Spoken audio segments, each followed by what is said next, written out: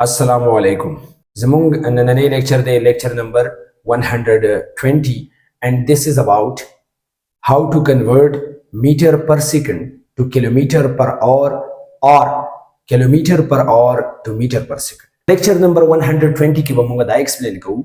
چې کله هم موږ له یو ویلیو راکړي او هغه ویلیو په میټر پر سیکنډ او موږ ته وی چې دا ویلیو د میټر پر سیکنډ نه کیلومیټر پر اور ته چینج کړي نو څنګه به چینج کوو او یا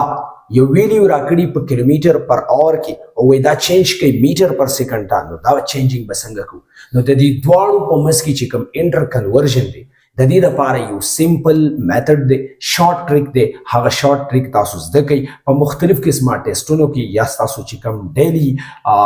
نومریکلز تاسو کوئ یا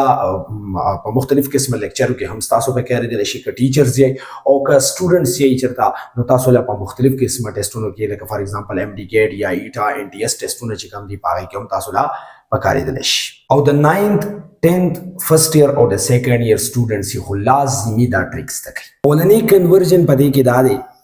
چې کله هم ویلیو کیلومیټر پر اور کې راکړي او دا د کیلومیټر پر اور نه میټر پر سیکنډ ته چینج کړي نو د دې لپاره سمپل طریقه کار دی او شارټ میتھډ دی هغه شارټ میتھډ تاسو یاد ساتئ خدا هم یاد ساتئ چې د کیلومیټر پر اور نه به تاسو چینج کوئ میټر پر سیکنډ نو د دې لپاره دا طریقه کار دی چې کومه دلته کومه ویلیو راکړي هغه ویلیو به مونږ ملټیپلای کوو یعنی چې کله هم مونږ د کیلومیټر پر اور نه ویلیو چینج کوو میټر پر سیکنډ ته نو د دې لپاره فارمولا ده یا شارټ ټریک دی 5 ډیوایډ بای 18 او دا به ملټیپلای کوي د هغه ویلیو سره او دا په خپل باندې میټر پر سیکنډ ته ډایرکټلی چینج فار ایگزامپل د دې لپاره ایگزامپل دا دی مثال به تور باندې یو ویلیو راکړی دا او هغه داسې دا چې 50 کیلومیټر دی 50 کیلومیټر پر اور دا تاسو چینج کړئ چېرته میټر پر سیکنډ نو د دې لپاره طریقه به داسې اپلای کوئ میتھډ داسې دی چې 50 کیلومیټر پر اور دا به برابر شي د 5 ډیوایډ بای 18 ملټیپلایډ بای 50 او انټو دلته به سره ولګوي ډایرکټ دا چینج شو نو یونټ ولا چینج کوي میټر پر سیکنډ انټو میټر پر سیکنډ بشي یعنی مطلب دا چې کله کیلومیټر پر اور کې ویلیو راکړي دلته ویلیو راکړل د 50 نو دا 50 به د دې سره ملټیپلای کوو نو 5 ډیوایډ بای 18 ملټیپلایډ بای 50 اوس د دې نه چې سره راشي د دې نه راځي دا 2 9 ز 18 او 2 25 ز 50 بیا دا دواړه 5 ډیوایډ بای 9 5 ډیوایډ بای 9 نه راشي 5 divided by 9 دلته 0 لګي ته دلته پوینټ 9 5 ز 45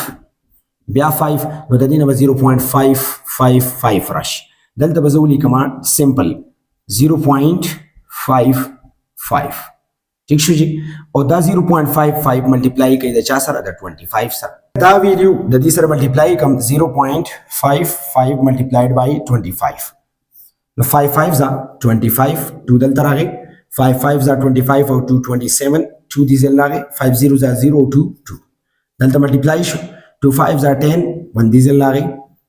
2 5 ز 10 او 1 11 1 دیزل راغی 2 0 ز 0 1 1 شو دا 5 7 2 1 دلته 3 راغی سوري دا 3 شو اوس پوینټ سوین سی پس ته دوین سی پس دلته دا شو د